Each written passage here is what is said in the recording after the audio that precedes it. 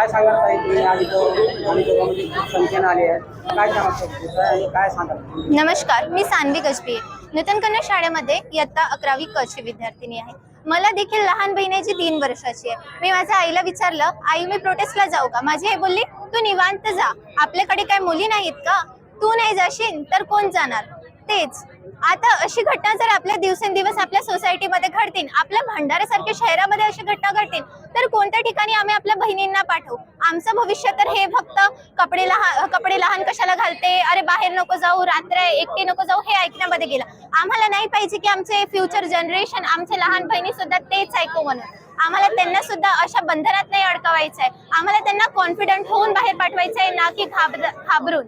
आम्ही जिथेही कुठे जातो, कुणी ना कुणी वाईट नजर घालतेच। प्रत्येकाला आपण नाही बोलू शकत, पण मुलीला खरं तर माहित असते की काय अवस्था असते तिच्या मनामध्ये असते। खरं तर पालकांशी शेअर करणं सोपं नसते, म्हणून आम्ही मैत्रिणी एकामेकाशी करतो, पण कधी स्टँड घ्यायचा आम्हाला असं चान्स नाही मिळत। आणि हा आम्हाला चान्स मिळाला होता, म्हणून आम्ही मोठ्या संख्येने इथे आले आहोत आणि इथे खूप लोक आहेत। काय वाटते त्या नराधमाल त्याबद्दल तुम्हाला काय वाटते? मला असं वाटतं त्यांना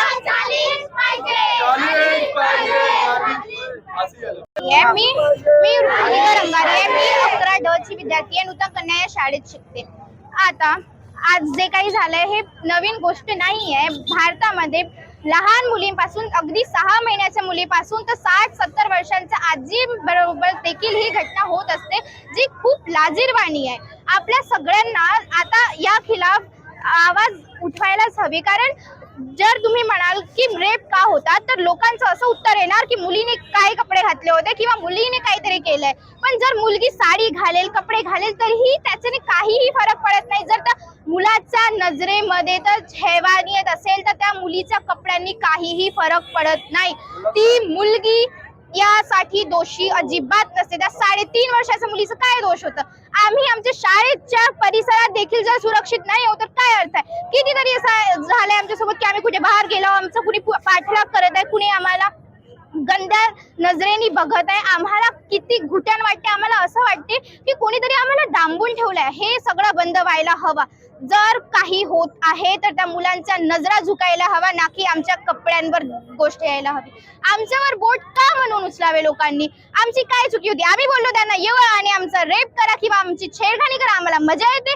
अरे आम्हाला काय वाटतं हे तुम्हा लोकांना कसं कळणार? जेव्हा तुम्हाला कळणार ना, तेव्हा तुम्हाला समजेल की आम्ही काय बोलत आहोत।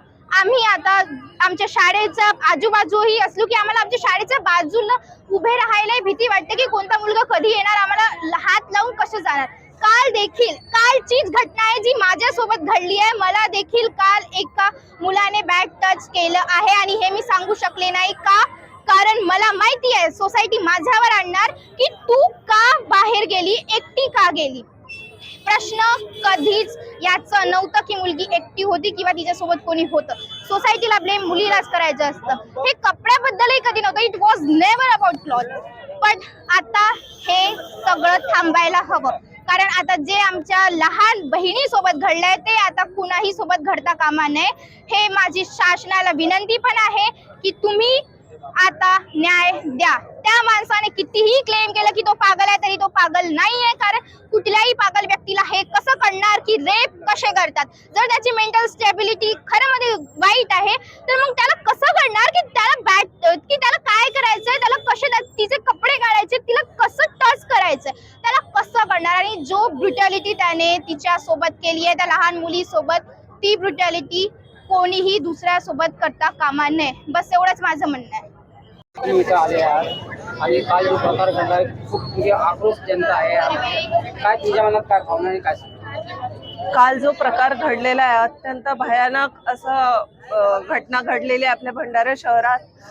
मला असं वाटते की ती निरागस निष्पाप मुली, जिचा काही दोष नसताना त्या आरोपीने जे अत्याचार तिच्यावर केलेला आहे, अशा आरोपीला दोषीनं अत्यंत कठोरातली कठोर शिक्षा ही झालीच पाहिजे, अशी सगळे आमच्या वतीने सगळ्यांची अशी इच्छा आहे, जेणेकरून पुढचं जे असं कृत्य करणाऱ्या व्यक्तीला त्याचा वचक बसला पाहिजे। तर कठोरातली कठोर शिक्षा या आरोपीला होणे आवश्यक आहे।